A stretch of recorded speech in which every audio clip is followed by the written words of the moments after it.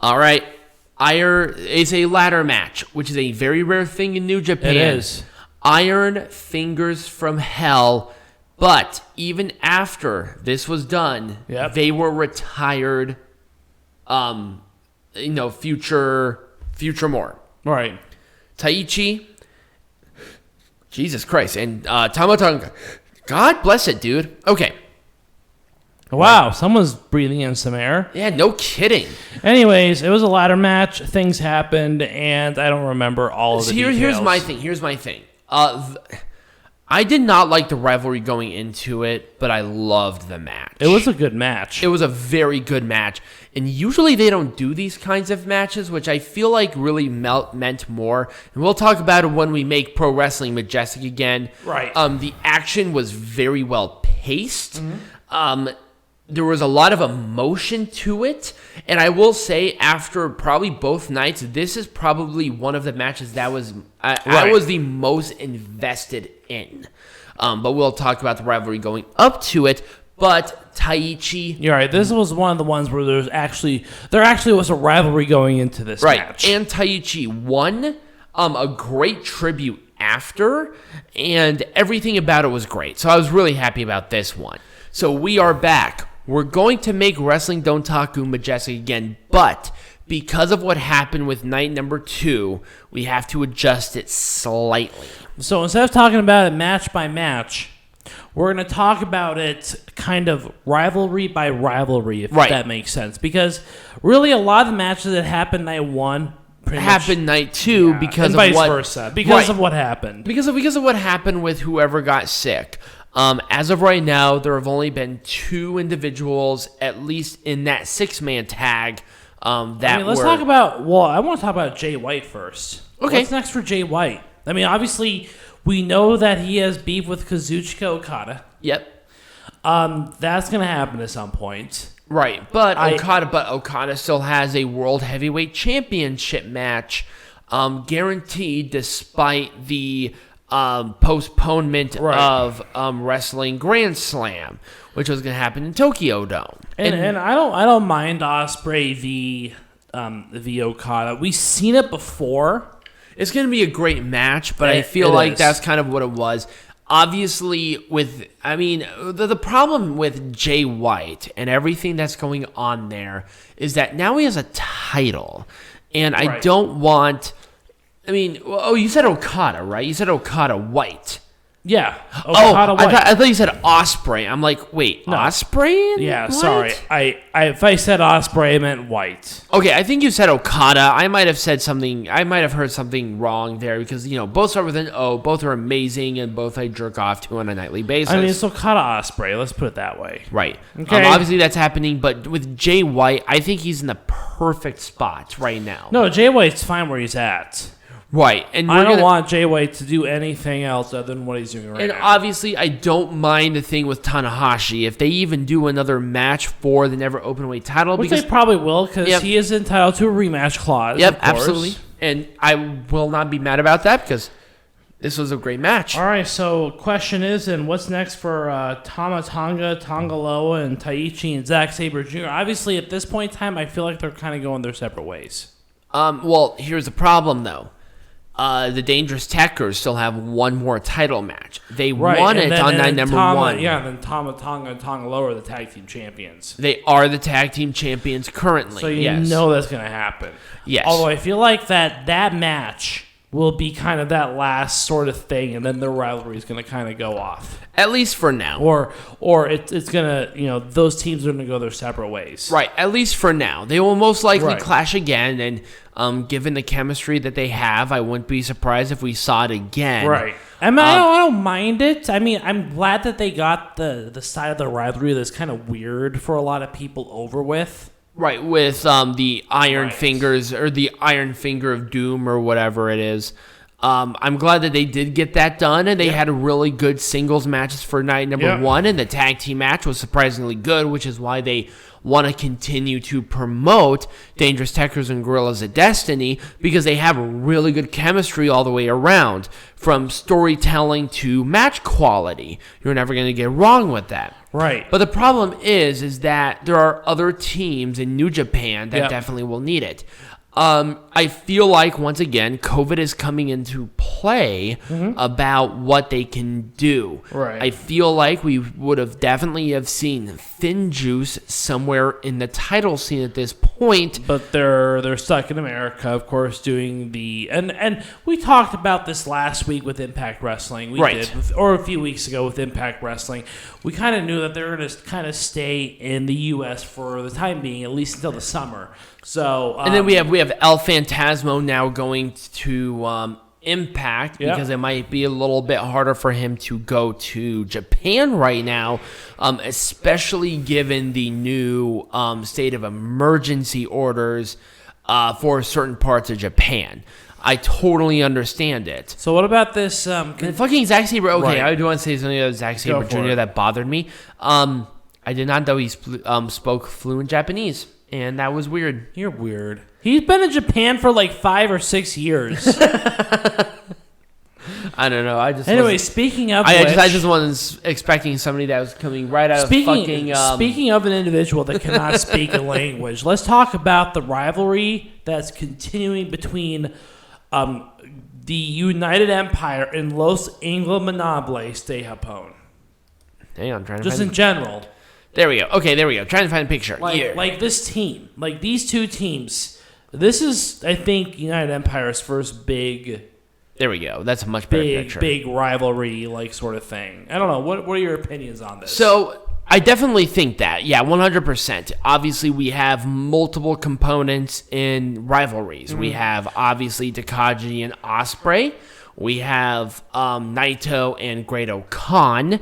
From that point on, there aren't a whole lot going right now, but I could definitely see Aaron Henare and SANADA, SANADA, Jeff Cobb. Right. Obviously, with Bushi being a junior, it's a little bit more challenging for him because there are no junior heavyweights in United Empire. Not for right now. At least right now. Here's my thing.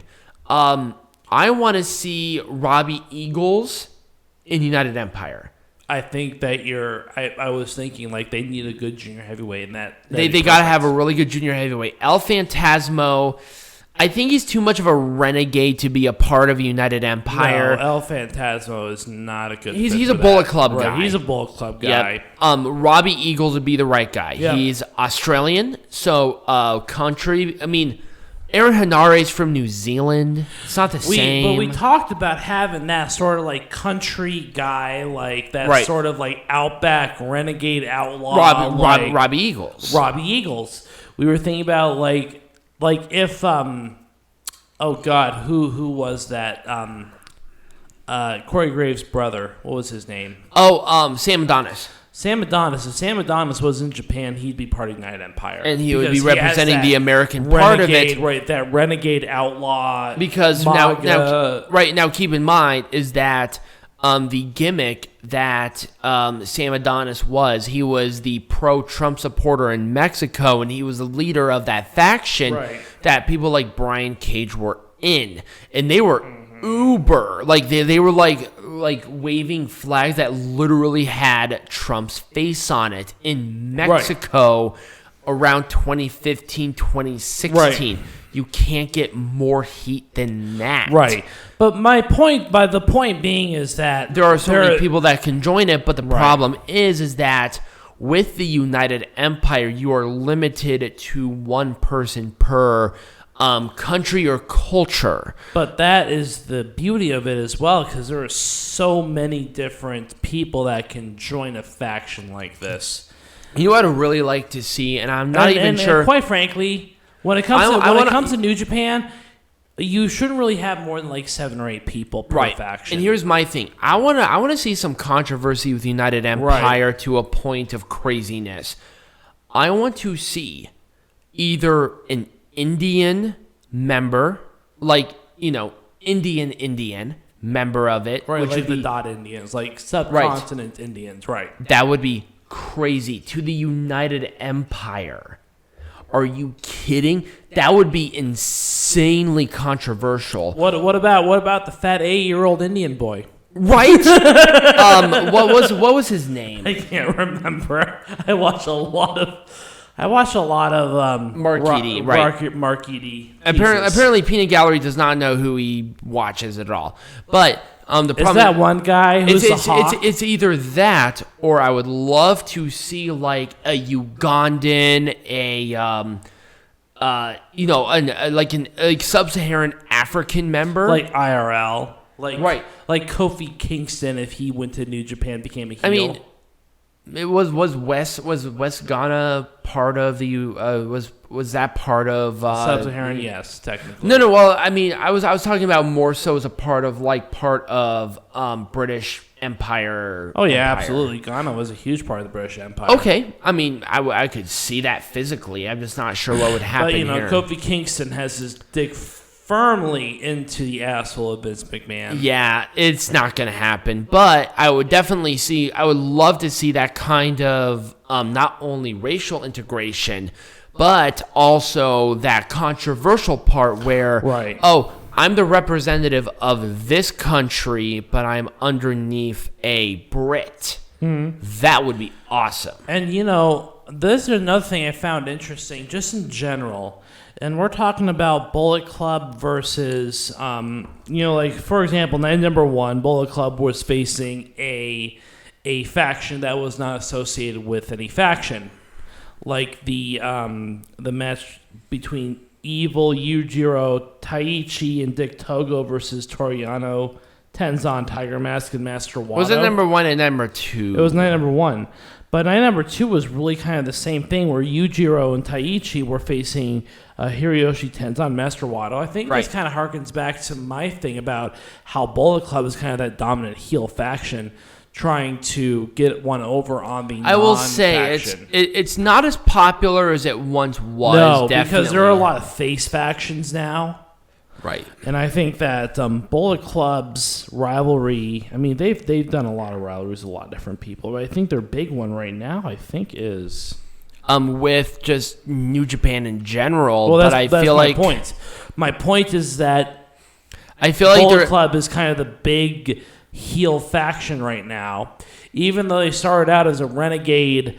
I think they should harken back to that renegade-esque style. I feel maybe. And I think that's what's missing from it. We're not getting a lot of you're getting a lot of individual rivalries, right, like with Evil and Toru Yano, but it's like, let's really start to promote going against New Japan in general. Mm-hmm.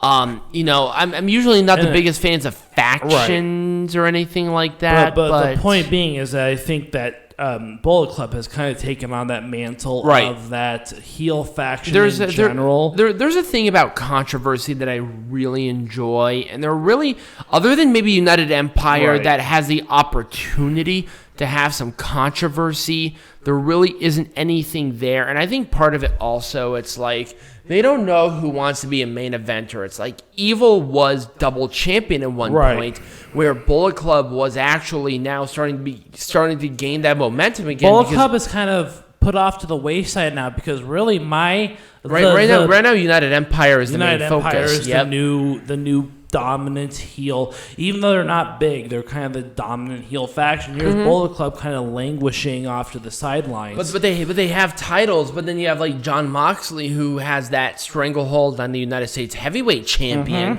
where they don't want him to lose it. But at the same time, how much traveling can he do? I think they really got to bring back that belt. They got to bring back here's the thing, is that Bullet Club will not be revived until travel comes back. That's my opinion. Right, absolutely, 100%. I don't think that Bullet Club, because there are obviously a lot of people outside of Japan that are part of Bullet Club in spirit really, in some way. Right, and it's really hard to bring any kind of other people back, like you got to bring back Kenta. Gallows and Anderson. You got to bring back Kenta. You got to bring back even someone like El Phantasmo. You got to bring back that strong junior heavyweight that was going to go for the heavyweight champion. You got to bring back even Kenny Omega, because he's part of the Bullet Club. Well, kind of. I would say that he's more so kind of by himself. He's kind of in his own weird thing. He is. He's kind of here's, but you know what? Hey, that would be a great addition. Here's my thing. Here's my thing about this is that travel will definitely really shoehorn in, I think, a lot of rivalries that New Japan are thinking. I think it's going to bring New Japan. I mean, it's going to bring Bullet Club back up to kind of the top faction. And I think like one thing that we said about Robbie Eagles is a very important thing. It's a guy who will really fit within that premise of the United Empire, a great junior heavyweight from a territory that is still, at least to a point, British controlled. Right. And that's what we need. We need some controversy kind of pushed into it. And also the problem is, New Japan Strong, it's almost its own thing. Right. Let's start, and they can't integrate that in yet. So it's very challenging. They're kind of in limbo right now. Right, and it's really hard. And I mean, I definitely understand New Japan's problem, and they're trying their best. And I really do like how they're bringing United Empire. You know, they're kind of bringing that together, doing a slow burn. They're trying their best to do what they can do, and they're doing a great job with it, but they don't have all the tools in the toolbox yet. Right, and I think that once things do open back up, I can see a lot of those foreigners 100%. come back into the Bullet Club, kind of displace some of those other ones. I mean, I could see fucking Evil go to United Empire at some point. I mean, I could possibly. I mean, I don't want to take anything away from Great O'Khan. That's the problem. No, that's the problem. Great O'Khan is the bee's knees right now with the United Empire. Exactly. I think Evil's perfect in Bullet Club. And yeah, he's perfect in Bullet Club. But I think that as Bullet Club brings back those foreigners, I fear that Evil might be put off to the wayside. Evil might need to do something a little bit different. But maybe start his own thing. Yeah, maybe start his own faction. Maybe start something a little more controversial. Here's the one thing that I love about Evil is that he is the king of darkness. He is, and I feel like I want something a little more dark. I want that edgy dark. I want a nice edgy dark team that does. I want like Brood on steroids dark. That's what I was thinking. Like maybe something with a little more hardcore edge or. Something to where they will actually like brutalize the person to where because any match under them will be won under referee stoppage or something. That's what I want. I want brutal. But yeah, and I think that's something that's kind of hurt. The point is that it feels like Bullet Club is kind of lost right now. They're just kind of languishing and waiting for something to happen. It's like once again, I feel like it's hard because of the pandemic. It is, but it really is. But you understand where I'm coming from. Oh, 100. I agree with you 100%. You know, that Empire is really kind of taking and obviously with these forbidden doors opening up with a bunch of these other companies, there's going to be a lot more freedom to do a bunch of other things. Oh, yeah. Where maybe the Elite may not rejoin Bullet Club, but the Elite will be a different faction within of itself. We'll obviously have we'll have Gallows and Anderson rejoin the Bullet Club because they're kind of there already. They're like halfway Bullet Club anyways. They're kind of halfway, but then we'll obviously see like people joining back and forth. But I think most people will get the picture. Yeah. Is that the once again, here's the pandemic getting in the problem where New Japan is trying their best to make sure that there's good, entertaining matches, and they're doing their best, and they're doing good stuff. I think that New Japan is... There's definitely a limit to what they can do. And I think that New Japan over the next 6 months, I think that you'll see them kind of recapture that spirit. 100%. Of Bullet Club. By the end of the year, New Japan will have its spirit back, no problem. But for right now, especially with Dontaku, it was just kind of missing something. I can't tell you what. I think maybe part of it was the change in schedule. But that's outside of their own thing, so I can't nick them for it. And that's why we did make Pro Wrestling Majestic again within of its own little bubble instead of having it each individual match. Right. So anyways, that's kind of what we have. Let us know what you think. Yeah. Next week, we are going to be going over WrestleMania Backlash. Yes, and really that's pretty much it. I'm going to do a wrestling lesson around Backlash, and Peanut Gallery will try to do something around kind of the over-encompassing thing of that, or something around WWE. I have not yet decided. Yes, but if you did enjoy this, remember to subscribe to the channel. You guys have been freaking awesome. We're going so freaking fast and crazy. Website, I'm hoping will be done by next week. Yes, we'll have really cool exclusive content for maybe for some exclusive news stories, opinions, all that fun stuff. For maybe some paid subs or something. And we are also... I'm thinking that we do a gallery of our predictions for those people that are not following us on Instagram or Snapchat. Yes, follow that too. Encourage that. And definitely. We'll give our full opinion on it. But you know what? We will let you know once that website is up. But remember, next week, this is a special Saturday. Next week's be back on Sunday. Yep. But as always, be majestic.